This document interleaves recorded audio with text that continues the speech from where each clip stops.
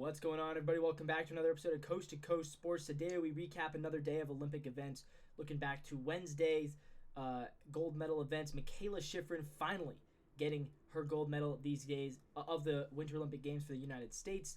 Johannes Klaebo of Norway winning his unprecedented 10th gold medal, becoming only the second athlete to win double-digit gold medals. Hockey. A lot of overtime games in the semifinals between the United States and Canada, Sweden, Czechia. KD, looking into basketball, Kevin Durant with a weird burner account. We're going to talk about that story, as well as some more interesting stories, such as a couple of guys who I think may have been robbed in the Olympic judging. And we talk about more dominance from the Netherlands on the speed skating track. All that and more today on Coast to Coast Sports. But let's begin with Mikaela Shiffrin. Mikaela Shiffrin, her story of these Olympics has been one of ups, and really her story of the past 8 years has been one of a lot of highs and a couple of really bad lows. So if you remember back to 2018, Shiffrin was the most talked about athlete on Team USA that year. She won a couple of medals, and she went on to have one of the most dominant runs in female alpine skiing history. She's the most decorated on the World Cup stage out of any skier, man or woman. She has 106 World Cup victories. She's won world championships. She has Olympic medals. And that's why it was so shocking when in 2022, Shiffrin didn't win a single medal at the Beijing Olympics. Not a single one. That was shocking for a couple of reasons, but mostly because it left her looking like somebody who failed to live up to the bright lights of expectations. Definitely similar to people like Caleb Dressel, 2024, Simone Biles, 2021. We've seen this happen, right? We've seen this happen before when an athlete has such high expectations and they don't live up to them in the Olympics. And so Shiffrin comes back in 2026, and once again, the pressure is on. Can she win another medal in what might be her last Olympics? Maybe she'll come back for one more in 2030. We'll have to see how she performs. But in 2026, Shiffrin has been really dominant. She had a little bit of a downturn, I think, in 24, 25, but in 2026, she has won, 13 straight tournaments, I believe, on the World Cup stage. Only one time this year she has lost a race. She comes to the Olympics, she's favored to win the giant slalom, and she doesn't win it.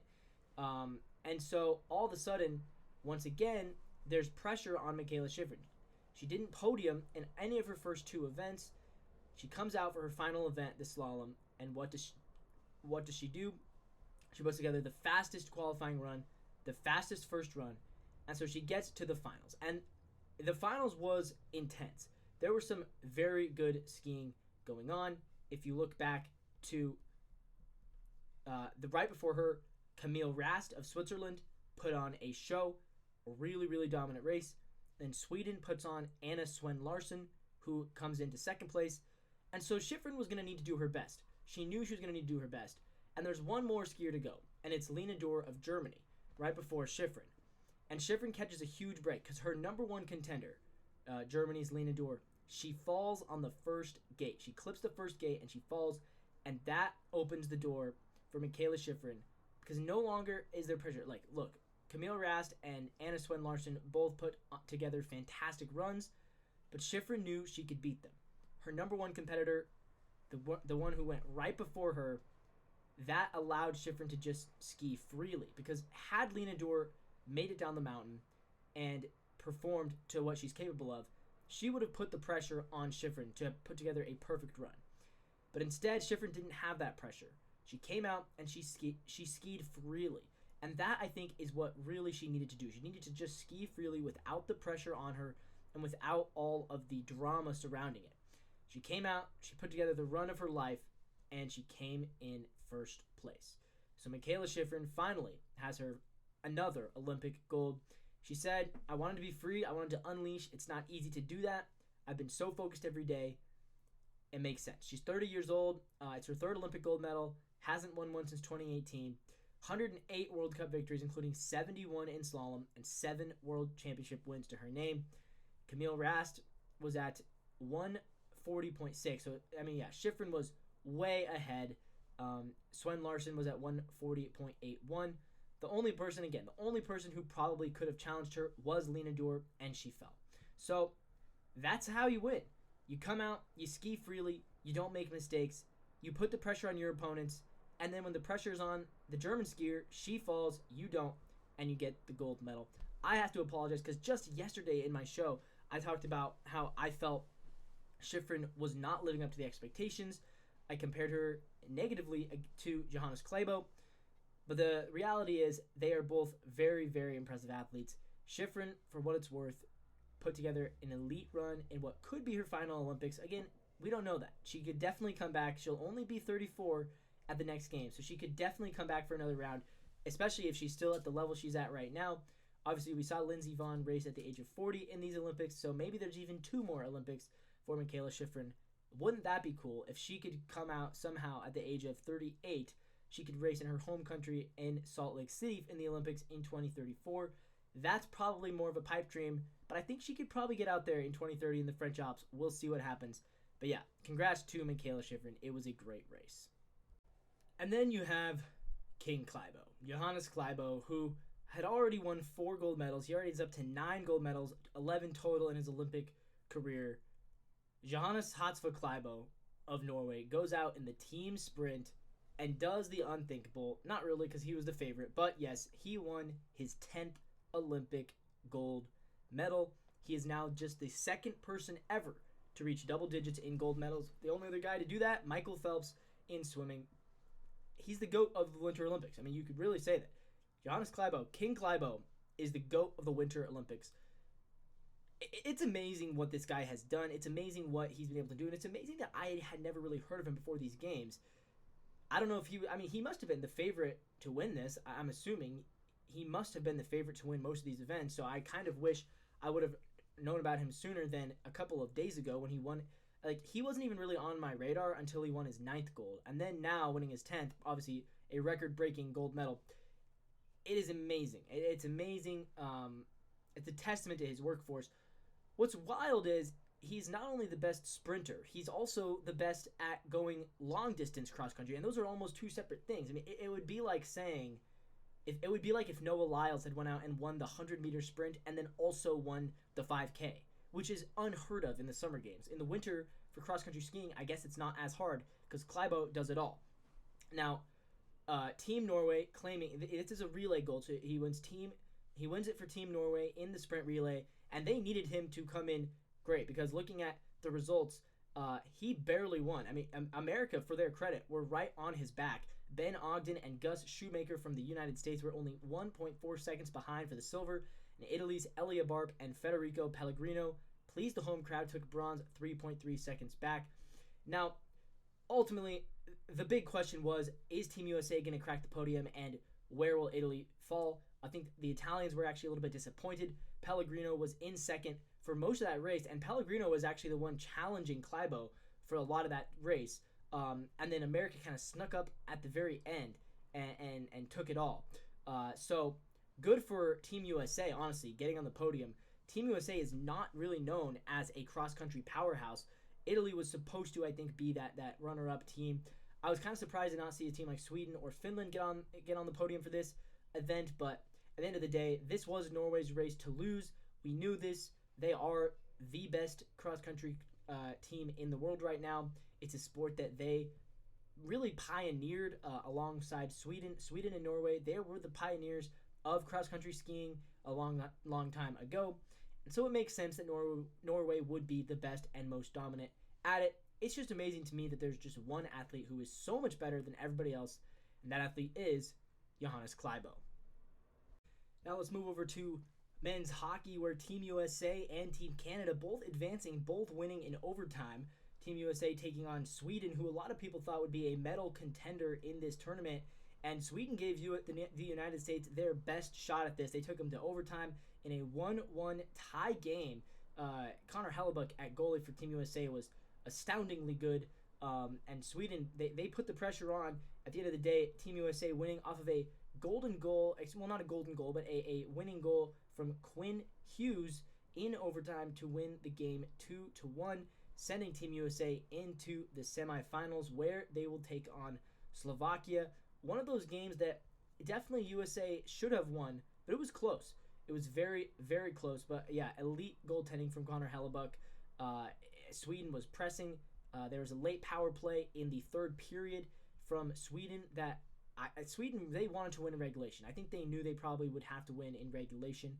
Um, Dylan Larkin, he opened the scoring for Sweden. For Team USA, Dylan Larkin.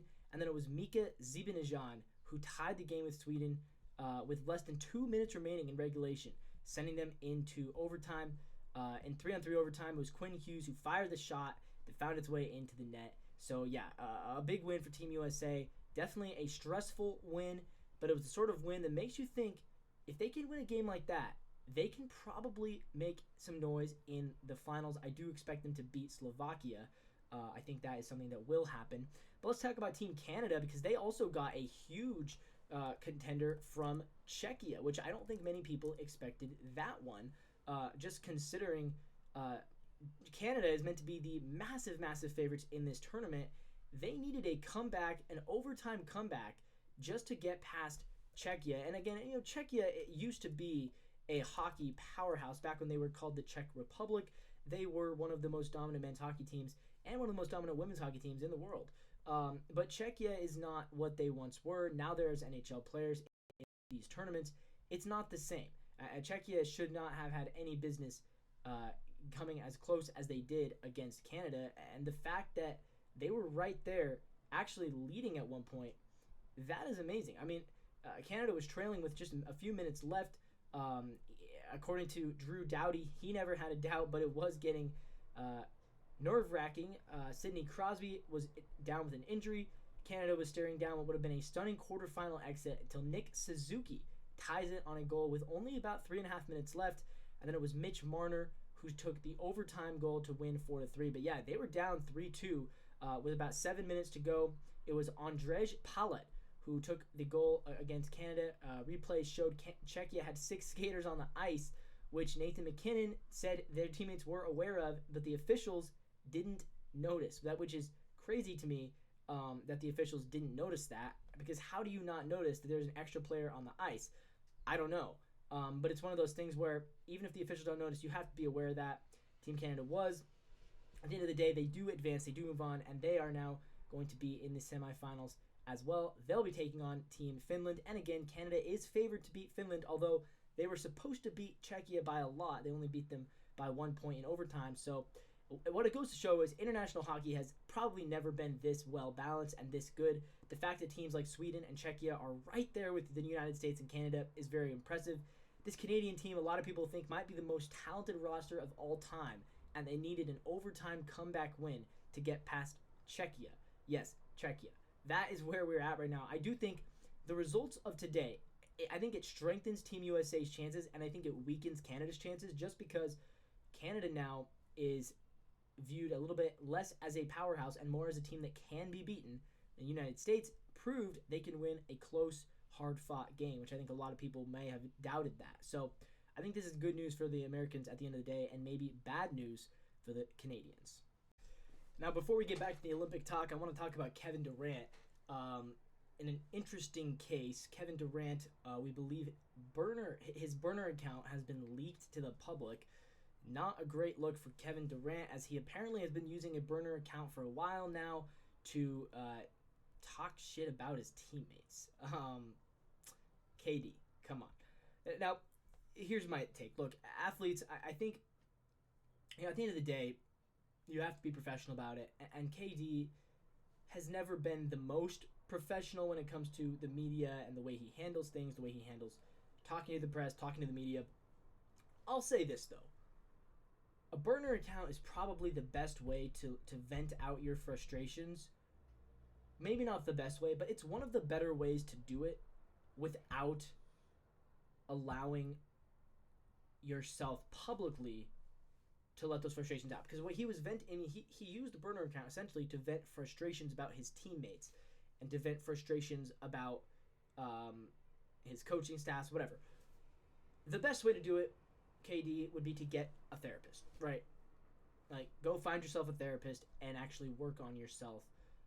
And, maybe there's a healthier way to let your emotions out than tweeting them to the whole world, even if it is a burner account, because people will find that shit out. People will figure that out, right? People are going to look into it and dive into it, and there's a lot of investigative people online who make it their job, or their passion rather, to stalk celebrities until they can figure out the juiciest rumors about them. And that's probably what happened here. Somebody went online and was like, man, I want to expose Kevin Durant today, and they figured out his burner, and they were able to. So is it the best way to emotionally, let your emotions out? No, it's not. Like, the best way, get a therapist, talk it out with people, not blasting them in public, even if it is on a private burner account on Twitter. However, and I'll say this, I don't think it's necessarily the end of the world to have a burner account. It's obviously a bad look. It's a bad look for his, I think, worstly, it's a bad look in the eyes of his teammates, who now know that he had been talking smack about them online and venting his frustrations about them. At the same time, I get it with Kevin Durant. He is a superstar, and it's not like he hasn't been let down by his teammates, because he has. So it's one of those cases where it's not a good look. I don't think it's necessarily as incriminating as a lot of people are making it out to be. I think at the end of the day, Kevin Durant is a basketball player who has had a lot of ups and downs in his career, and the fact that he may have needed to vent some of his frustrations on Twitter, let's not kill the guy for it. Let's not make him out to be this terrible teammate and terrible person, because he has every right to do it.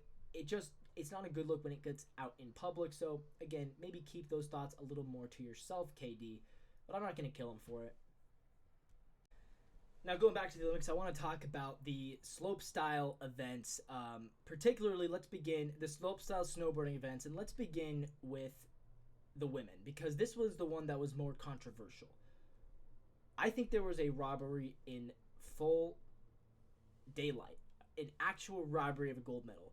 This gold medal deserved to go to Zoe Sadowski-Synnott of New Zealand. If you've never heard of Zoe Sadowski-Synnott of New Zealand, she's one of the most decorated New Zealand athletes of all time. She has 4 Winter Olympics medals across the 2022 games, the 2026 games. She's still only 24 years old. She'll be back.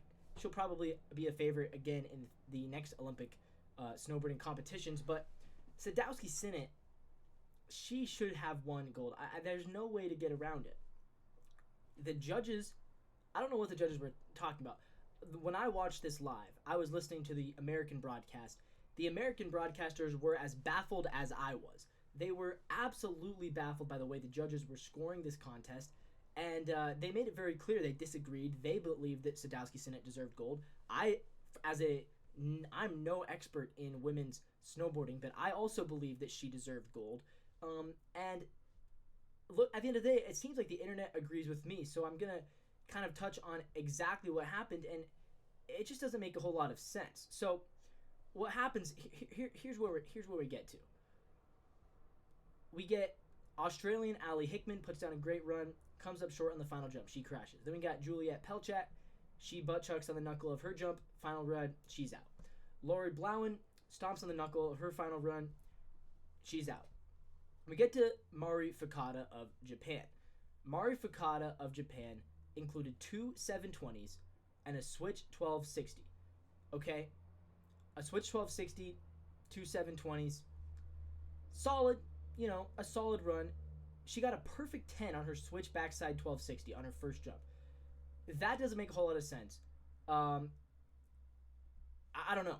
A 1260 is not, for reference, if you guys understand what the snowboarding is, and I'm still learning about this as well. There are people laying down 1620s. There are people laying down 1980s. Mari Fukada laid down a 1260. So that's only 4 rotations, where some people are doing 5 or even 6. So that's Mari Fukada. 2 720s, switch backside 1260. She gets an 85.7. Probably too high of a score. Next comes her Japanese teammate, Kokomo Murase. Kokomo Murase, she puts down a cab 900, a 1260 of her own, a 1080. She also put down a backside 1620. Solid run. And Kokomo Murase doesn't end up getting the gold. How? I don't know. They gave her a lower score than Mari Fukada. So, I don't know. To me, I'm like, wow, Marase just put together a much better run than Fukada, and they gave Fukada the higher score. Kind of sus, right? Kind of sus. And then comes Zoe Sadowski-Synnott of New Zealand. She's the last to go because she was the best in qualifying. She puts down a switch backside 900, back-to-back 1080s, and doesn't get the gold either. They put her in silver medal position. Now, at the end of the day, the 1260 that Mari Fukada laid down is what won her gold. The judges gave that 1260 a perfect 10. But Zoe Sadowski-Synnott, who put it down back-to-back 1080s, compare that to what Fukada had, who laid down a pair of 720s. So, for Fukada, essentially, one great jump and then two very, very mid jumps to close it out. The two 720s. I mean, come on, man. 720 for gold? I don't get it. I didn't think it was... I mean, when I watched Mari Fukada's run, I was thoroughly unimpressed. I didn't think it was that good. I thought Sadowski-Synnott deserved it. I thought she put down a much better run. Apparently, reading into more of it, Fukada went a little bit faster than Synnott and got a little bit better airtime. So maybe that is what gave her the gold. But in my opinion, and in the opinion of the announcers, and in the opinion of a lot of people online, the difficulty of jumps that you do should matter more in this event. And the judges didn't really take that into account. They didn't take into account the difficulty of Sadowski-Synnott's tricks. They gave it to Fukada. Some people said it felt like the judges were completely biased towards Team Japan. At the end of the day, Japan wins the gold and bronze. Synnott for New Zealand does get that silver medal, but it felt like she deserved the gold. Now moving over to the men's side of the slopestyle competition, the story wasn't who won, the story was who didn't. Two of the top contenders, Canada's Mark McMorris, the veteran slopestyle snowboarder who has, I believe, 5 gold medals in total, 5 total medals across the Olympics. He fell on multiple of his runs and did not make the podium. Neither did the United States' Red Gerard, who, if you remember, back in 2018, Red Gerard was supposed to be the heir apparent to Shaun White. People built Red Gerard up into this really, really young protege snowboarder, and Red Gerard has really not lived up to the hype, and we may talk about him in a future video. But at the end of the day, neither of them advancing into the final 6 even, and neither of them reaching the podium. So when two of the biggest medal contenders, Gerard and McMorris, go down, who claims the gold? Well, as it turns out, it would be the birthday boy from China, Chinese snowboarder, winning the only snowboard gold medal for Team China, Su Yiming, who won on his birthday the snowboard slopestyle title. He took down Japan's Hasegawa Taiga, and Team USA does get on the podium with Jake Cantor. So people expected if the USA was going to get on the podium, it would be Red Gerard. Instead, it was Jake Cantor, who gets a 79.36 to win the bronze. Su Yiming, he laid down an 82.41. The conditions were absolutely terrible in this event. I think that kind of affected some of the lower scores for both the men and women. But at the end of the day, congrats to the birthday boy for Team China. China kind of had a weak start in these Olympics. They really have been starting to pick up the pace as far as the medal count. Mark McMorris, he was cleared to compete after suffering a concussion in the Big Air training just a couple of weeks ago. He didn't even compete in the Big Air event. Unfortunately, he was unable to add a 4th consecutive Olympic medal to his collection. He finished 8th. He said he felt blessed to return to the slope to compete. Hasegawa has medaled in the X Games as well. And then for Cantor, yeah, he gets on there despite not being the American favorite. Red Gerard, he was the American favorite. He ended up finishing 6th. Gerard won this event in 2018, but was definitely not... He wasn't the strongest this year, and it's interesting that Gerard has kind of fallen off from where a lot of people thought Gerard was going to be the future of American snowboarding, and as it turns out, he had a great Olympic Games in 2018, and then it kind of fell off for him. So we'll see what Jake Cantor's able to do in the future, obviously getting that bronze medal for Team USA. Good to see USA on the podium. Snowboarding is one of those sports that the United States should be pretty good in. You know, you'd think traditionally it would be a sport that we would succeed in. So we'll see what comes of it in the future for Jake Cantor and for Red Gerard and the rest of Team USA. But again, congrats to the birthday boy from China for taking the gold in this one. Now let's talk about the women's aerials event, the women's aerial skiing event, which saw China really dominate. Zhu Mengtao of China She won the event for the second straight Olympics, and this is one of those sports that China really seems to do well in, and I'm always a little bit confused. China just always has those couple sports that they are way better than everybody else in, and this is one of them this year for China, the women's aerial skiing event. I mean, it was amazing seeing. I believe 4 of the top 5 finishers were Chinese. They had 4 women in the top 12 who made it to the finals, and then they went 1, 2, 4, and 5, taking home. Excuse me, they went 1, 3, 4, and 5. Australia sneaks in there and grabs the silver. But yeah, for Zhu Mengtao, an impressive performance for her.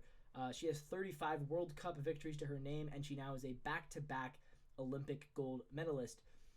It makes sense why the Chinese are so good at this sport, because it's very similar to diving, which they are very good at in the Summer Games. So I can see why China would be really good at a sport like women's aerials, because yeah, it is very similar to diving, and it's kind of the same concept. You have to really have perfect form, and that's something China is really good at, is getting form down to perfection, literally to perfection.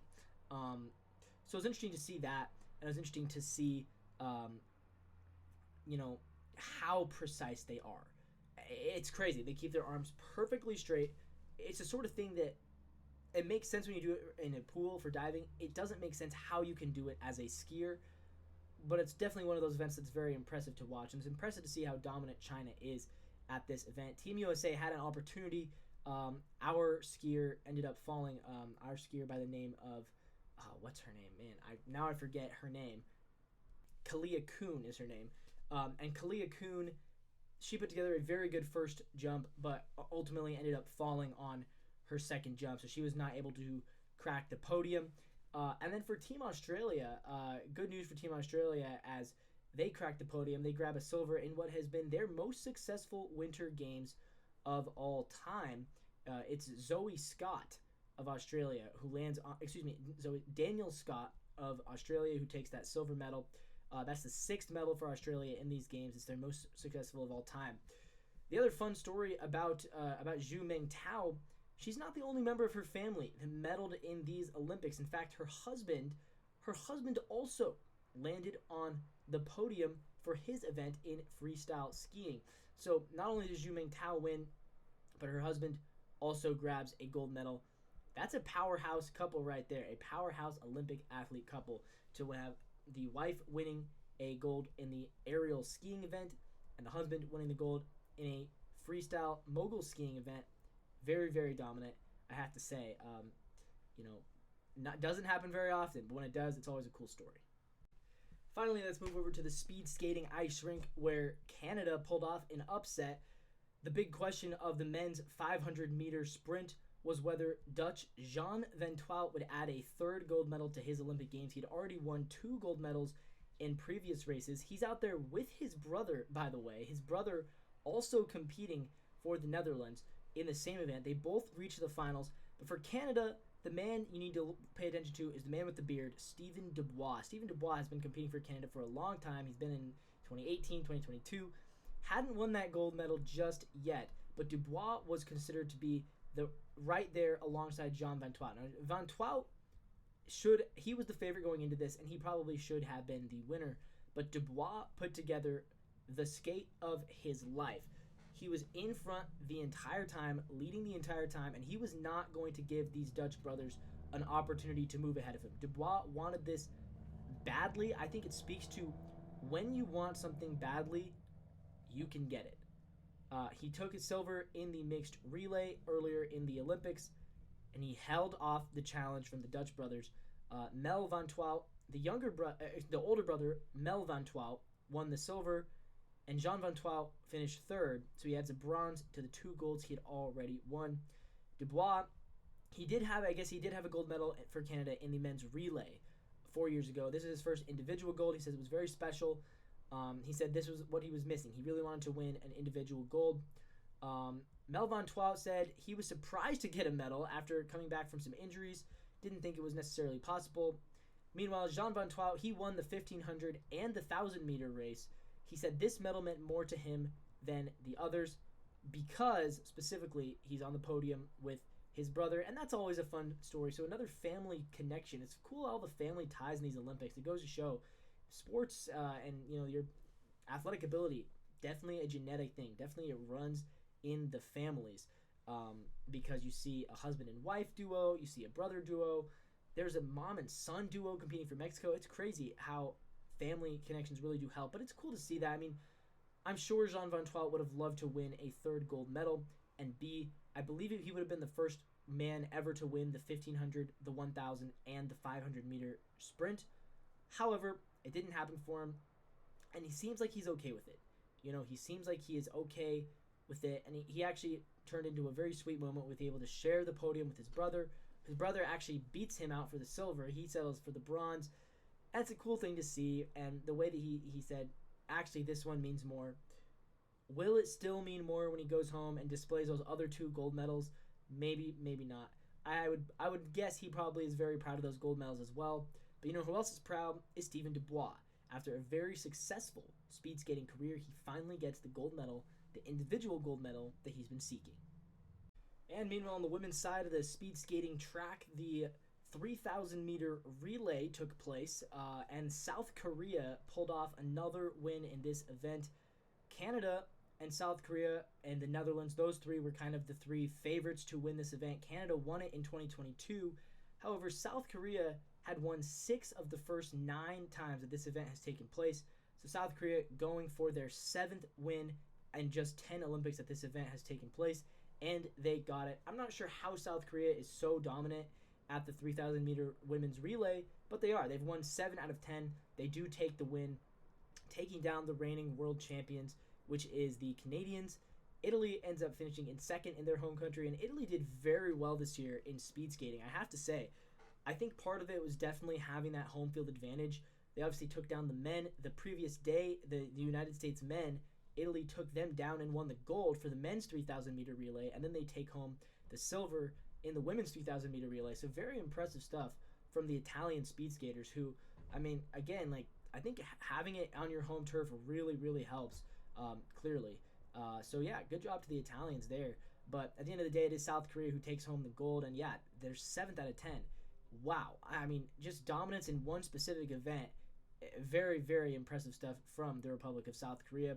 And again, Canada taking the bronze. The Netherlands iced out of the medal count for a country that is so good at speed skating, both short track and on the long track. The Netherlands was expected to be a medal contender in this event. They do make the finals. The finals is just 4 countries, and we got to see the best 4 countries skated out. Netherlands, they were right there to the very end, but ultimately not able to claim the victory in this one. So the Netherlands iced out of the podium for the first time in this event in a while. But yeah, Italy, I think, kind of snuck up on a lot of people on speed skating in these Olympics, and I think it definitely helps being home, having the crowd to push you, having the crowd to root you on, has helped Italy a lot in these games. Good for them, obviously good for the Italians taking advantage. It's the sort of thing that I wonder, could we see it out of the French in the next games? And really, they should be scared about the 2034 games, because when the United States has the Olympics on their home turf, it's going to be tough for these other countries to win anything if the home field advantage continues to help the USA out. We might finally win the gold medal count in a Winter Olympics for the first time ever in 2034 if we can get that home field bump that a lot of these other countries are getting. Because Italy, their home field bump has been insane. At this point, they already have more medals than they've ever won in a Winter Olympic Games, and we still have 5 days left to go. So the fact that they've gotten such a good home field bump definitely bodes well for France in 2030, and it bodes very well for an already very strong Team USA going into 2034 when they're going to be hosting in Salt Lake City. Finally, moving over to football, the NFL, the Seattle Seahawks, fresh off of a Super Bowl title, are up for sale according to reports. Jody Allen intends to sell the team this offseason. Supposedly, rumor has it potential buyers could include Elon Musk or Amazon's Jeff Bezos. Not sure if that will actually come to fruition or not. But it's interesting to think about. The reality for the Seahawks, a lot of fans are worried right now that, could this mean the team is moved? Could this mean the team could move out of Seattle? The answer to that is no. The team is not moving anywhere. They're not moving out of Seattle. The Seahawks are not. No owner would buy the Seahawks and move out of Seattle. And I don't even think the NFL would allow that to happen. The NFL loves occupying the Seattle market. It's one of the biggest markets in the country. I believe it's the 15th now, the Seattle-Tacoma market.